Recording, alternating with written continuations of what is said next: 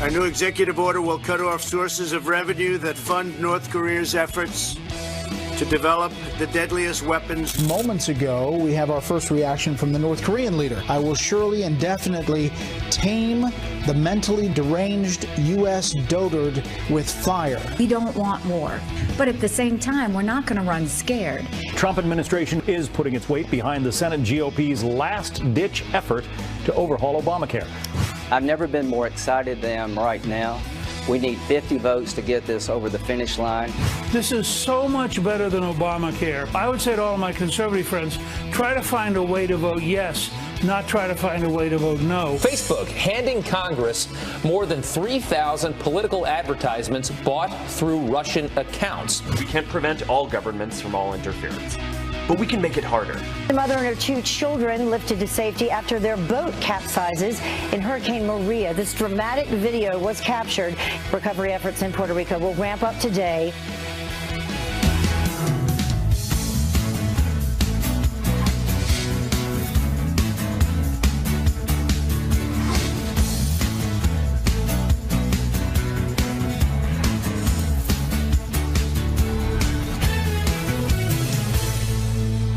Playing it all day and all night. I've been thinking about them all week because they were so much fun. They were great. What great personalities they have. Right. You sound surprised. You didn't think they had good personalities? It was just one of those segments. I love all of our guests. Right. But we had them on, and after the segment, I was like, I love America, and I'm really happy. Right. And I wish I was them. Because they are so happy that they're I was looking at, we posted a picture on our Facebook pages and our Twitter pages, and one of the guys is going like this in the page. That's I'm like, canny. that's what I want to do. I want to live a life like this. No kidding. Well, I tell you what, I think there was some of that going on because here's a little behind-the-scenes information you wouldn't know if you're just tuned in.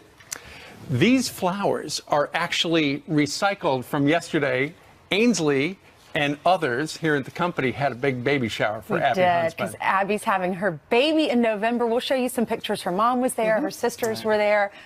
Those flowers were there. They were. They were the centerpieces. And by the way, what a big week for the Huntsmans because soon to be Russian ambassador Huntsman, he got his hearing this week and it was basically a high five for you, Ainsley. And you saw Abby Huntsman right diagonal behind her dad. So let's talk about North Korea. And I think that Governor Huntsman, Ambassador Huntsman has to be pleased with some of the diplomacy going on behind the scenes because the Chinese seem to have gone along with the President of the United States after an hour conversation about 48 hours ago saying, look, you have to see North Korea as a problem. And the way to stop that problem without military action is to cut off its finances. You have the big banks and you're doing 80% of all trade with North Korea. I know they're your buddies, but they're out of control. And they seem to have bought in. Well, here is the big news. If you are unfamiliar with what the president did yesterday, he's still in New York City. He signed an executive order, and essentially what this does is it says to any businesses or individuals or companies that do business with North Korea, you have a choice. It's with them or do business with us. And the authority particularly specifies that Treasury Secretary Steve Mnuchin can actually target people, businesses, et cetera, that carry out or trade in goods, services, or technology. So, you know, we've had all sorts of sanctions against other countries in the past regarding North Korea. But this one actually has a lot of teeth in it. And for China to suddenly say, Ainsley, you know what, we're on board with it, Donald Trump should get a hat tip for it because this is a big deal. Yeah, well, China... We're putting a lot of pressure on China. Nikki Haley has continuously said that. The president has said that and said that at the UN. It's time that they need to respond as well and make sure that they don't have a buddy system with this guy, with the leader of North Korea. Well, yeah, the smuggling has to stop, and they got to enforce the border. I don't know how much we can get done there, but Chinese banks Monday received a document stating they should halt financial services and loans to new and existing North Korean customers as a result of the new strict UN sanctions. Yeah. Don't tell me this doesn't have everything to do with that hour conversation the president had with the leader of China earlier this week. They were on the phone, and I'm thinking to myself, what is happening? Because they easily could have been talking ambassador to ambassador, secretary to secretary at the UN, and this is what's going on. And think about all the personal diplomacy the president's doing with the South Korean leader, and arguably his best friend overseas is the Japanese leader. Well, remember on Tuesday he stood up in front of the UN, our president did, and he called called Kim Jong-un the Rocket Man and said, we will destroy your country if you threaten ours. Right. Well, we knew that he would respond, and we do have a response this morning from Kim Jong-un. He said he is unfit, talking about Donald Trump, to hold the prerogative of supreme command of a country, and he is surely a rogue and a gangster, fond of playing with fire rather than a politician. Whatever Trump might have expected, he will face results beyond his expectation.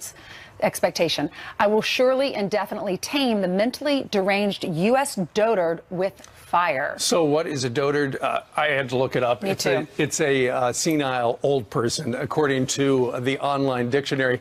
The big news this morning is that now, in response to all of this saber rattling, North Korea has announced through their foreign minister, they have suggested that perhaps they will test an H-bomb over the Pacific.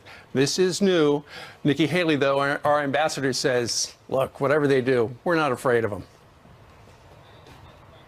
I mean, if you look at it, we have said multiple times, the president said it, members of his team have said it, we don't want war. That's the last thing anyone wants. We don't want loss of life. That's the last thing anyone wants. But at the same time, we're not going to run scared. If, for any reason, North Korea attacks the United States, the U.S. will respond, period. That's what's going to happen. And there you go. And obviously our allies and in many situations our enemies are beginning to understand that the president really has no choice. This isn't an elective confrontation. We have run out of runway. You cannot have strategic patience because there's no more, you can't kick the can down the road. There's no more road. So this is all coming to a head. Meanwhile, Kellyanne Conway will get that question, that topic, and more when she joins us at 7:30 Eastern Time. Meanwhile, on top of the docket for next week and debated throughout this weekend will be repeal and replace, the latest version, which is states get the money, states get control. This is Cassidy and this is Graham, and they're zeroing in on the votes needed for passage. Right, exactly. And so, you know, the usual suspects are the ones they've got to worry about. The whole idea is if they can do this, have a vote, and Mitch McConnell has said they would, by the end of September, they can just do it with a simple majority. They just need 50 Republicans. And then Vice President Mike Pence, who was here on the couch with us yesterday, would break the tie. The big question is John McCain. Will he vote for it? Keep in mind, Lindsey Graham, one of the authors, is like his best friend. Also, John McCain had said that whatever Arizona Governor Ducey, whose name I always remember, whatever he says, I'm on board. The governor says, I like the Graham Cassidy bill. What about Lisa Murkowski? She's going to wind up apparently getting a whole bunch of money and some, they're referring to it as the Kodiak kickback or the permafrost payola, something special for Arizona. And then the final one you got to worry about. If she votes for it, then this will benefit her state. Well, absolutely. Well, right now she's supposed to get less money, and she's like, that's not going to work. So they said, what do we need to get your vote? They already talked to Dan Sullivan, the other senator. Right. So it looks like they haven't agreed on anything yet. It looks like they might give her something special. It would be big because essentially they would wind up getting Affordable Care Act premium reductions for the state of Alaska, even though the Affordable Care Act would no longer be getting kickbacks to anybody else. The final one to wonder about is Senator Rand Paul. It would be hard for him to vote no after he voted yes in July for the skinny repeal. Senator Graham He's feels very good. confident, yeah. Yeah, he does. I'll be honest with you. I've never been more excited than I am right now. We need 50 votes to get this over the finish line. The president has been working like a tiger. The vice president, Mitch McConnell, is going to give us a vote. And I can tell you this. If you want money and power out of Washington, you want to end the march to single-payer health care, this is your last best chance. This is the biggest change in health care in my lifetime. This is federalism versus socialism. I think we're going to get 50 Republicans to vote for federalism, and I'll make a prediction. A couple of Democrats are going to come on board because their state does so well. That would make it easy. The governor of Kentucky is for it.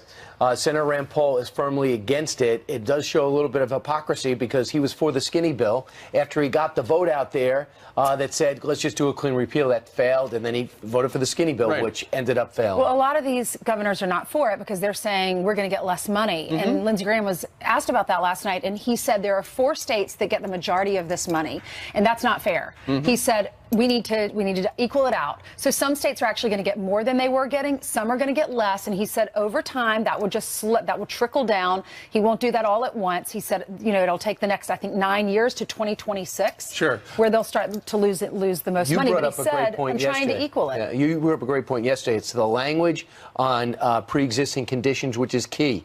It is somewhat vague. And if you can reassure these people that the language is strong enough that you have to ensure pre-existing conditions rather than adequate protection. So that's what the governors are worried about. They're saying that the language is not strong enough to make sure, or that's what the folks are worried about. Is this going to protect me if I have a pre-existing condition? But I can't imagine any governor would actually ever sign something that says if you have a pre-existing condition, you're not getting it. I mean, that would be a nail in their coffin. They're not getting reelected. So I can't imagine the governor would actually not implement that. Sure.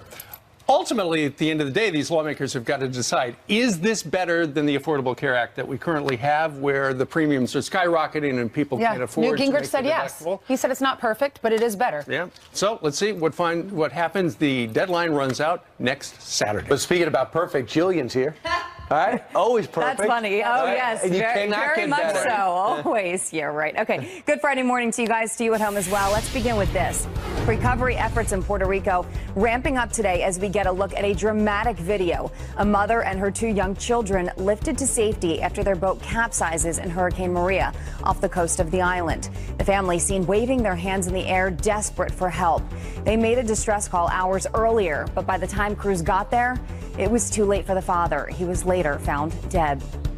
Around-the-clock rescues are continuing in Mexico City following that 7.1 magnitude quake. Overnight, at least 2 survivors pulled from the rubble off a textile factory after being buried for more than 2 days.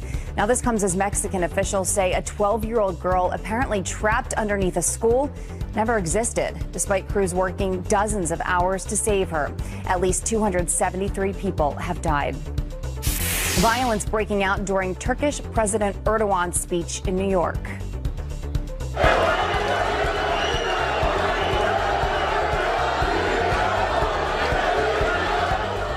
Pro-Erdogan brawlers beating down a protester after calling the Turkish president a, quote, terrorist. Now, you may remember back in May, Erdogan's security officials seen hitting and kicking protesters outside the Turkish ambassador's residence in D.C.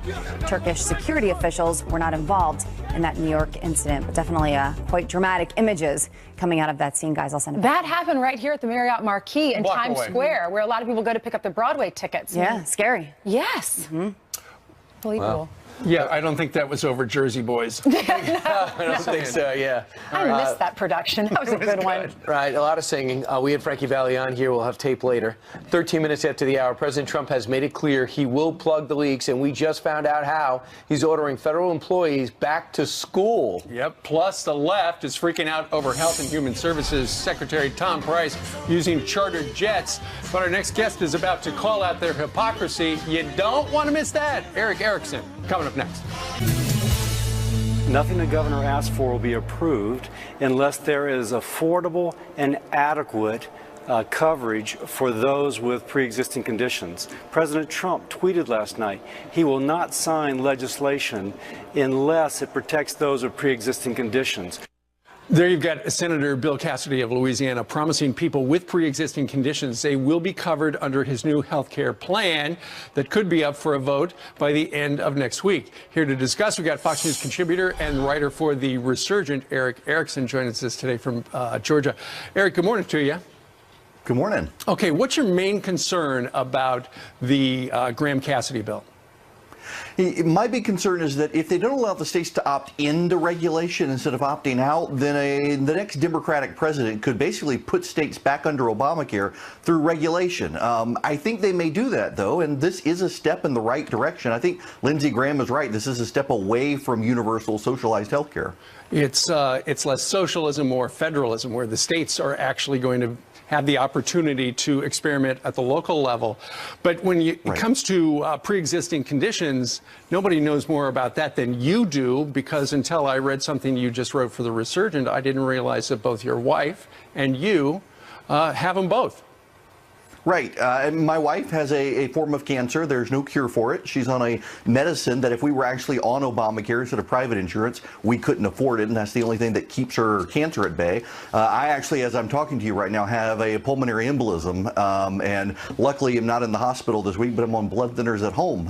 So, yeah, I've got these conditions. Now, I actually have had insurance before the conditions. I think the pre-existing condition provision isn't a conservative policy, but it's one we're not going to get rid of, and people who are saying that, oh, they're going to get rid of pre-existing conditions, they don't understand politicians want to get reelected, and they would all lose if they got rid of that.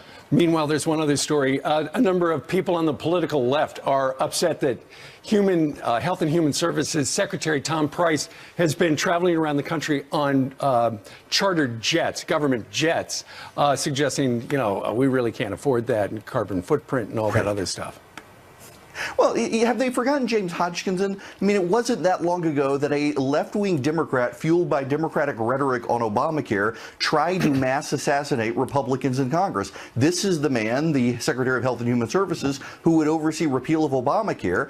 Imagine the death threats he's getting right now. I mean, I remember the genteel days of George Bush when protesters showed up at Karl Rove's house. And now they're going out there and they're throwing rocks at cops and shooting Republicans. Sure. Absolutely. And to take a look at some of the headlines the Washington Post put up, the Trump administration's private plane problem, CNN had Tom Price's private jet problem, and The Guardian had the White House's private jet problem. Politico, it goes on and on.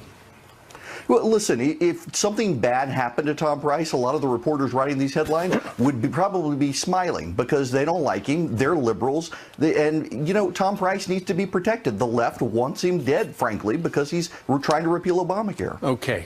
Eric Erickson joined us today from Georgia. Sir, thank you very much. Have a nice weekend. Thank you. All right. Meanwhile, first Colin Kaepernick and now an entire 8 and under football team takes a knee during the national anthem. What does this say about what we're teaching our kids? A veteran who also is a mom. Weighs in next. Some quick headlines right now. You're not going to believe this. Former CIA operative Valerie Plame backtracking after she retweeted an article linking, quote, America's Jews to, quote, America's wars. Plame apologizing on Twitter, quote, okay, folks, look, I messed up. I skimmed this piece, zeroed in on the neocon criticism, and shared without seeing it and considering the rest of the article. You may recall Plame was at the center of an unmasking scandal while George W. Bush was in office. I don't remember any of that. And the Trump administration has made it clear leakers will not be tolerated.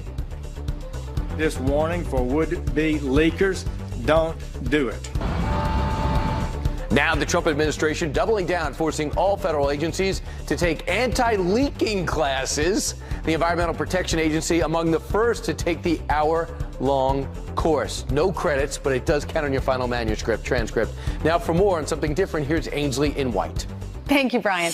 Well, first it was Colin Kaepernick. Now 8-year-olds are kneeling during the national anthem before one of their recent games. But do the children even know why they're kneeling in the first place? Joining us now to discuss this, the anthem protest, is the host of the Truth Exchange, Kathy Barnett. Kathy, thanks for coming on. Oh, thank you for having me. What was your response to this when you saw the 8-year-olds kneeling? My first thought was it's a really sad day when we begin as a nation to start normalizing contempt for our country. And that's exactly what took place there on that particular field, a normalization of contempt for our nation. Teaching young children to kneel at the sound of the national anthem or to turn their backs on the waving of the flag is just wrong. Well, one of the kids asked the coach, what's going on? Why all these protests? What's going on with Colin Kaepernick?